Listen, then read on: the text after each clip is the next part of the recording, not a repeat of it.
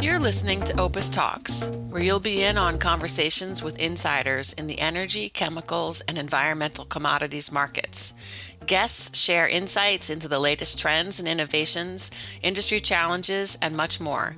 Let's dive into the conversations that explore where the energy economy is headed, right here on OPIS Talks. Hello, and welcome to another episode of OPIS Talks. I'm Colt Shaw, Senior Editor for US Solar here at OPIS, and on this episode, you'll learn about the build-out of the nascent American solar supply chain, its successes and challenges up to this point, and the policies and trade wars that continue to shape its trajectory. Joining us today is Mike Carr, Executive Director of the organization SEMA, or Solar Energy Manufacturers for America. Mike, thanks for coming on to chat. Would you mind introducing yourself and the kind of work SEMA is up to? Sure. Thanks, Colt, for having me on. I appreciate the time. So I'm Mike Carr. I'm the Executive Director of the SEMA Coalition. It's the Solar Energy Manufacturers for America Coalition. We've been in existence now for a little over 3 years.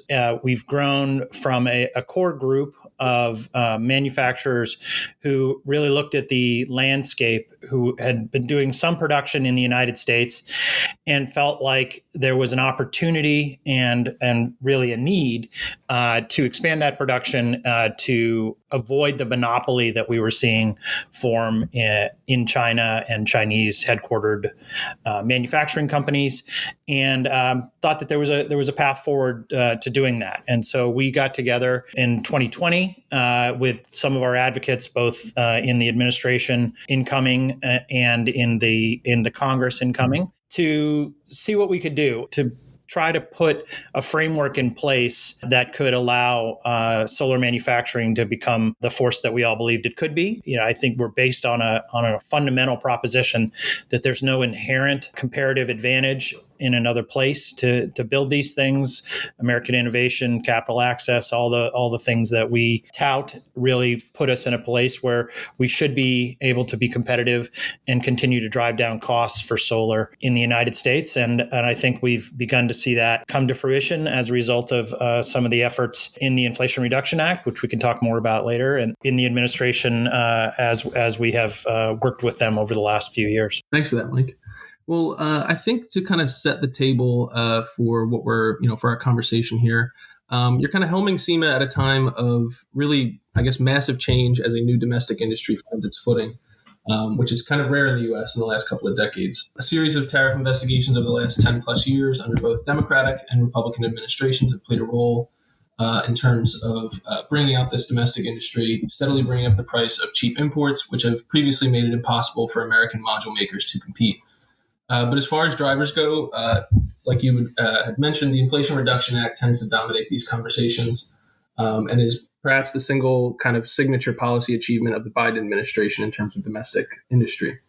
It established the 45X and the 48C manufacturing tax credits, extended the ITC and PTC, and created the domestic content bonus for developers using certain percentages of American-made components, all aimed at spurring new factories in the U.S. It has done that, but in sort of a lopsided way to date, which we'll get into. But 2 years on since the IRA's passage, I'm wondering what you would say are kind of its big successes so far and kind of where it's fallen short in your estimation. Yeah, I think it's a good question. I think you're right. These initiatives do represent a sort of a fundamental shift in the way the United States thinks about industrial policy, the way the government has worked to partner with industry, and I think just a general recognition or a discomfort with the way supply chains have been working over the last decade. And to some extent, I think the COVID pandemic crisis really revealed some of these fault lines. And I think Congress and the administration returned from that with a renewed commitment to dig into these things. So you're right. This is sort of a new turn for policy in the United States and a difficult challenge. I mean, I think we all need to acknowledge that up front, that we are up against a trading adversary that had a long-term plan and has been working at industrial policy for decades. And domination of supply chains, kind of in many, many areas, is part of the objective. So we had to kind of look at this from the perspective of being eyes wide open about that there would be reactions and that there would be, counter moves put in place to not, reset this balance between China and its trading partners. What we've seen is a tremendous amount of excitement initially when the bill was passed. I think the fact of the matter is, again, there is no inherent advantage in producing in China versus producing here. It's all a matter of sort of, capital and fortitude. And I think a lot of companies, looked at the landscape and said, okay, we think we have a path forward here. So there were a lot of initial investment excitement that resulted in a lot of announcements and a lot of fundraising. I think since then, a couple things have happened. One is there was concern in the developer community about disruption. I think that's natural. And so there was a lot of concern about particularly trade remedies that were on their own course that sort of came to fruition around the same time due to past dumping behavior. And there was a concern that maybe we couldn't scale up fast enough. And so they convinced folks that were very concerned about that, convinced the administration to put a moratorium in place in the hopes that we would continue to build manufacturing at the pace that had been announced. And, there would be a smooth transition. As one might expect, that's just not the way, when not everybody wants the same outcome, that's not necessarily the way it played out. I think we saw a flood of imports that were very much not what the administration or advocates, I think, expected. And that has had significant price disruptions. Coupled at the same time, we had the initial take of the Department of Treasury on domestic content was less specific about the components than I think the industry had been expecting. And so it created a sort of an uncertainty about what kind of pricing could they really expect from that bonus. Would that necessarily require, for example, the production of wafers in the United States or even cells in the United States? I think that uncertainty, coupled with the uncertainty around this import surge, led to a little bit of an extra layer of caution around some of these initial investments. We saw delays. We did see some cancellations, particularly in the most capital-intensive pieces of the supply chain, because quite frankly, the investors weren't willing to wait and sort of wait out that uncertainty. So, I think that was a real bump in the road. Since then, the tariff moratorium has expired, or expired over the summer, and that material is supposed to be used or tariffed by December of this year. And at the same time, the administration has made revisions to the domestic content bonus standard that have brought more clarity, and they have continued to have conversations, and I think also very publicly demonstrated their commitment to giving an enhanced value to a cell created with a domestic wafer. That has begun to kind of put a little bit of a security blanket around some of these investments, and I think those investments are ready to flow. Now, we do have the mega uncertainty now that we all sit in about an election coming in 3 weeks that could lead to a radically different direction. And so, I don't expect that will most of the investors feel like they're quite ready until after that part is settled. But I think the future is really bright for these investments as long as we kind of stay on this same track that we're on right now. Yeah, absolutely. Well, I think out of all of that, I think one of the main kind of clear trends that's come to the fore is that announcements for new module assembly factories have just kind of far outpaced those for cell and wafer plants thus far, which you had kind of mentioned. And I'm wondering, and we've seen, a couple of high profile kind of rollbacks like Cubic PV and Meyer Burger, who had cell plants kind of planned for the country and then have since kind of walked those back. I'm just wondering, I guess, just from an outside perspective, what would make a cell plant that much more complicated or costly, or is there some other factor here that's led to such kind of depressed uptake compared to module or panel factories? Yeah, I mean, I think it is important to kind of first and foremost understand that there's a very sort of standard capital versus risk allocation problem here. And a module factory is just by its nature the quickest, easiest, and relatively cheapest thing to set up. It involves, it's basically light industry. It's, still good quality manufacturing jobs, but it is not the kind of capital intensity or sort of sticky asset that you can't pick up and move. And so it's just an easier hurdle to overcome. As you start to begin to kind of swim upstream in the supply chain, in each successive piece, you see more capital challenges, bigger capital commitments, and sort of investments that are difficult to unwind. At a cell factory, you have a lot of chemical handling, you have clean rooms, you have, those kind of capital intensive facilities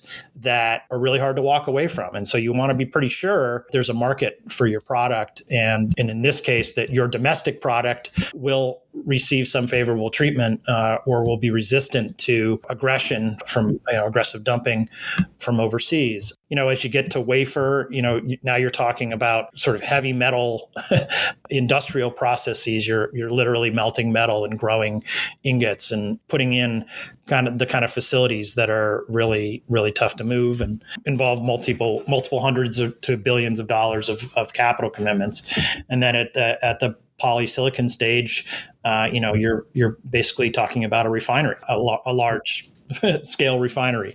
So, it's perfectly natural that investors would get more and more concerned about the security of their investments as they climb that chain. And again, I think we did have real market disruptions. We saw some of the component costs drop far below what is, best we can tell, the actual production costs, and that includes things such as cells and wafers. Without the certitude that there would be some pushback from the government on that, to kind of make it a level playing field that they thought that they were buying into when they saw the Inflation Reduction Act incentives. I think you did see those pauses. Well, I was going to say, I guess, given all of that, is it realistic, do you think, to expect that the U.S. could ever have kind of a share of that upstream supply chain? And if so, I guess, what could the U.S. be doing to, I guess, assure that those investors or attract them here in the first place? Yeah, and I don't think anything's really changed on the possibility here.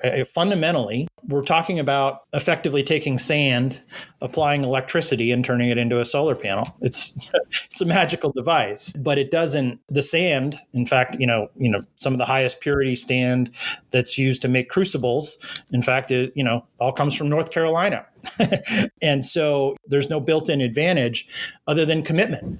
And if there's one thing that that I'm certainly willing to give credit to the Chinese government for, it's commitment, and they have shown that sort of capital commitment through many cycles of the so-called solar coaster that people in the industry call this. Speaking of that, it's kind of been one of the chief ironies that's kind of come out over the last year or so, and some mainstream publications have picked up on it too. But just the fact that Chinese companies, JA, Jinko, Trina, Boviet, and others are responsible for, I think, almost more than half of the new solar module factories planned in the U.S. supply chain. At least those expected to come online in 2025. And so, obviously, this led to some pushback or some kind of alarm, and you saw a bipartisan group of senators in August float a bill to block companies from, quote, foreign entities of concern, namely China, from benefiting from these tax credits that we outlined at the beginning of this podcast. And I'm kind of wondering what's your view on that measure in terms of trying to kind of box out China from our own kind of domestic supply chain, and what would be the fallout of that if it were to actually get any traction? Yeah, this is something that was, I think, not completely unexpected. But I'm sure some policymakers were caught off guard by the scale of it. I guess I should say at the outset that none of those companies are members of the SEMA coalition, and the rationale for that, I think, is kind of helps answer the question of how we feel about it. The rationale for that is that we believe to have a sustainable supply chain in the United States, it has to be the whole supply chain, and it has to be of a substantial enough scale that the equipment manufacturers will follow, and that's kind of how you have that manufacturing ecosystem that sustains itself and builds and continues to innovate. All the members of the SEMA coalition agree that is a critical piece of the puzzle. And The challenge that you get when you have folks such as you mentioned, that build the end stage, the module manufacturing stage here in the United States, is that they still retain all the advantages of those upstream subsidies, of those upstream cartel behaviors. And so, what it allows them to do is essentially squeeze out or draft off of the most lucrative parts of the chain in order to continue to impede progress of the full supply chain build out. And I think that is the threat to the enterprise that you're seeing policymakers beginning to recognize and look at in this so-called FEOC legislation. I think it does need. Our members will tend to agree that it is inappropriate for folks who can take advantage of those upstream supply chain inefficiencies or manipulation to take advantage of U.S. tax credits. But we're growing that industry. We're building it out now. And so, we have to be at least conscious of how we regulate that and make sure that it doesn't impede the ability to get equipment to start this process, or licensing, or whatever it takes to get up and running, so that we can get to that next level of manufacturing ecosystem where there are equipment suppliers in the United States, where there is, again, the building of production intellectual property, that sort of state of improvement that a healthy manufacturing ecosystem exists in. Just keeping the focus on Asia for the moment here, we saw the new doubled Section 301 tariffs on Chinese solar cells take effect last month. And that, given most module imports to the U.S. Now come from Thailand, Vietnam, Malaysia, and Cambodia, that was kind of seen as a non-story. But in the same breath, trade officials said that they are considering applying that same 50% tariff to polysilicon and wafers out of China as well, which could force some companies to rethink their supply chains entirely. Given that there's still an open comment period on this, I'm wondering if you expect the domestic industry to line up in support of this, and if you think it's likely to have any effect on the composition of the global supply chain. The history of this industry points towards China continuing to adapt and continuing to move facilities around. We're already starting to see it. That doesn't mean that these aren't useful actions by the federal government. Frankly, in this space, signaling matters, and just an administration that continues to signal that they are committed to the onshoring effort, and doing what is politically feasible. Obviously, a ton of different things are in play in the trade relationship that we have with China and its sort of client countries. It is a constant give and take. I think the 301 tariffs that have been announced, we welcome that signal that there is a desire to continue to protect this build out of a solar industry in the United States. I think we welcome that. The details of it and the timing of it, which is always the challenge when you have, an industry that is, still fractured, that is still not, kind of operating at peak efficiency, not fully built out. We have factories under construction across this country. In that circumstance, there will be a lot of different opinions about the right timing and the right places to apply pressure. I think as a coalition, what we can agree on is that some kind of backstopping by the government to enable this effort to continue is necessary, and the devil will continue to be in the details. And so we'll just have to kind of keep working through it piece by piece and continue to stay in constant communication with the administration about what is feasible and where our challenges remain.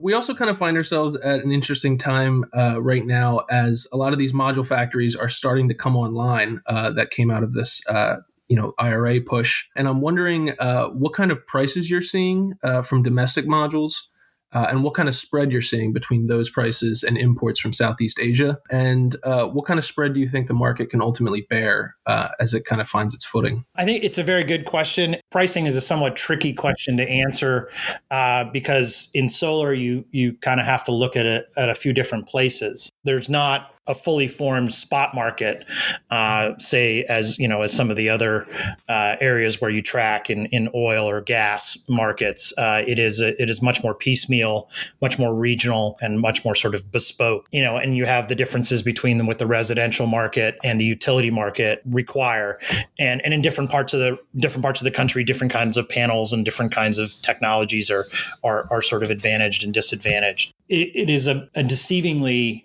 complicated answer to what seems like a simple question. One way to look at this is we experienced a dramatic and sustained growth in deployment of solar modules in 2022 and 2023. And in that time period, I think we were seeing pricing in the sort of 40 cents plus a watt range. We saw, again, pricing that was very competitive, was cheaper than fossil, was sort of was on a very, very good growth trajectory.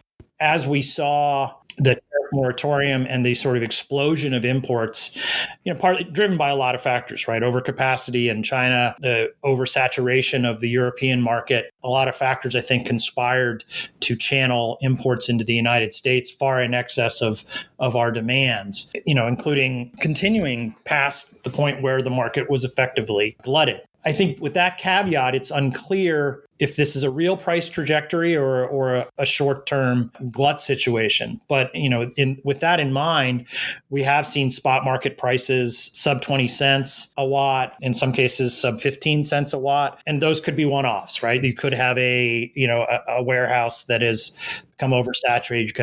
You could have a canceled contract where people are just looking to dump panels. I think in the near term, more dumping of panels onto the market is probably likely, because if they're not sold or if they're not actually put to use or re-exported by December, they're subject to tariffs that in many cases might be more than the value of the modules themselves, which I think will perturb the market further for the next few months. Component prices similarly have crashed to the extent where we saw requests from some of the major manufacturers to the party in China to put on some kind of price controls because they thought this had gotten out of control. The market is what it is. There are not that many places where these panels can go. And I think, unfortunately, the United States has been like the market of last resort, where panels that just didn't have a home were going to be shipped here without regard to whether they were actually going to be able to be installed or absorbed. That's led to a spread, I think, that is far in excess of actual market fundamentals, as much as 20 cents a watt, which I think doesn't really reflect anything other than a broken market. In my conversations, both with developers and manufacturers, there's probably a comfortable place where everybody can live in the 30 cents a watt range, somewhere in there, where we think solar can grow very rapidly. Again, PPA prices can continue to fall and stay below fundamentals for fossil. We can have a rapidly growing sector. And we think in the manufacturing space, that's something that people can live with and that they can make a living at. I think the real key here is getting to the next generation of technologies. And I think it's important to keep our eye on that. Once the manufacturing base is built, new opportunities in tandem cells or advances in production technology can really take effect in that competitive marketplace. And so I think we can continue that march down the price spectrum, and eventually I think you can have an industry that can exist in 20 cents, in the 20 cent range in the United States without subsidy once those improvements are allowed to happen. But we got to get on that technology improvement spectrum, and then we're just not there yet. So will there be a sustained spread? That's really kind of up to Chinese manufacturers and ultimately the Chinese government on whether they will continue to push their economy to be export-led. And the only way to do that is to sort of underprice competition in other countries. Again, I think the fundamentals are not so dramatically different that we necessarily have to have a sustained spread. I guess I should caveat all that by saying, in our mind, it is not a sustainable or it is not a sustained comparative advantage to not have labor or environmental standards around your production. And so I'm certainly not factoring that in as a fundamental advantage. Well, Mike, I think that's a great place to leave it today. Thank you so much for your time and insight. This was super comprehensive, and I'm sure our listeners found it illuminating. I know I did. And yeah, I'm certainly looking forward to seeing how all this plays out. So we'll have to do this again as new developments arise. We hope you've enjoyed today's insider conversation on OPIS Talks. Join us next time for a deep dive into another industry insider's world. You can find more OPIS Talks episodes at opisnet.com/podcasts or wherever you listen to your favorite podcasts.